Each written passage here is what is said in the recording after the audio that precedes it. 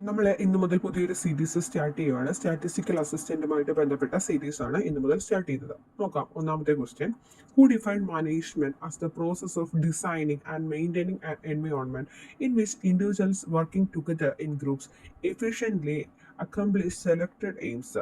ആരാണ് ഇത് പറഞ്ഞത്? ഹറോൾഡ് കോൺസ് ആൻഡ് ഹെയ്ൻസ് ആണ് കേട്ടോ. മാനേജ്മെന്റിനെ പറ്റി ഇങ്ങനെ ഒരു ഡെഫിനിഷൻ പറഞ്ഞിരിക്കുന്നത് ഹറോൾഡും ഹെയ്ൻസ് ആണ്. ഒന്നുകൂടെ നോക്കാം definition: the process of designing and maintaining an environment in which individuals working together in groups efficiently to accomplish selected aims. Okay, ഹറോൾഡും ഹെയ്ൻസുമാണ് ഇങ്ങനെ പറഞ്ഞിട്ടുള്ളത്. രണ്ടാമത്തെ question: why is it important for management to balance effectiveness and efficiency? Okay, because both effectiveness and efficiency are important and need to be balanced. എഫക്റ്റീവ്നെസ്സും എഫിഷ്യൻസിയും എപ്പോഴും balance ചെയ്യണം. എന്താണ് effectiveness, എന്താണ് efficiency?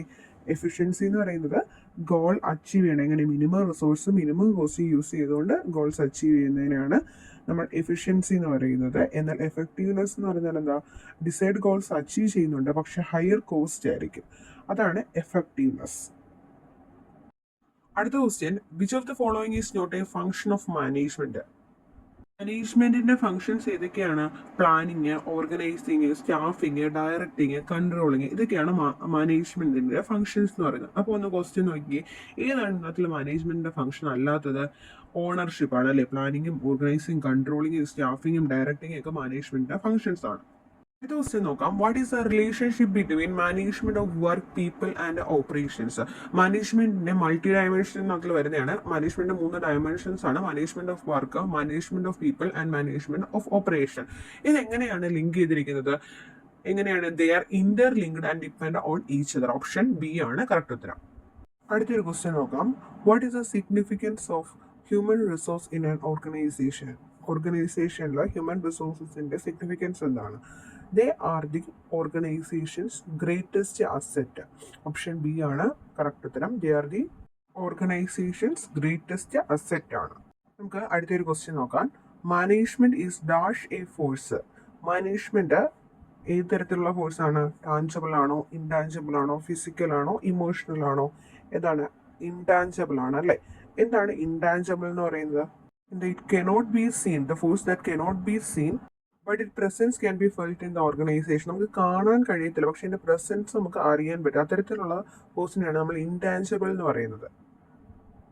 അടുത്ത ക്വസ്റ്റ്യൻ നോക്കാം. Which of the following is not a characteristics of management? Management character അല്ലാത്ത ഏതാണെന്നാണ് ചോദിച്ചിരിക്കുന്നത്. Goal oriented, multi dimensional, continuous, static. ഇതിൽ ഏതാണ് മാനേജ്മെന്റിന്റെ ക്യാരക്ടർ അല്ലാത്തത്? സ്റ്റാറ്റിക് ആണ് അല്ലേ? കാരണം മാനേജ്മെന്റ് എന്ന് പറയുന്നത് ഡൈനാമിക് ആണ്.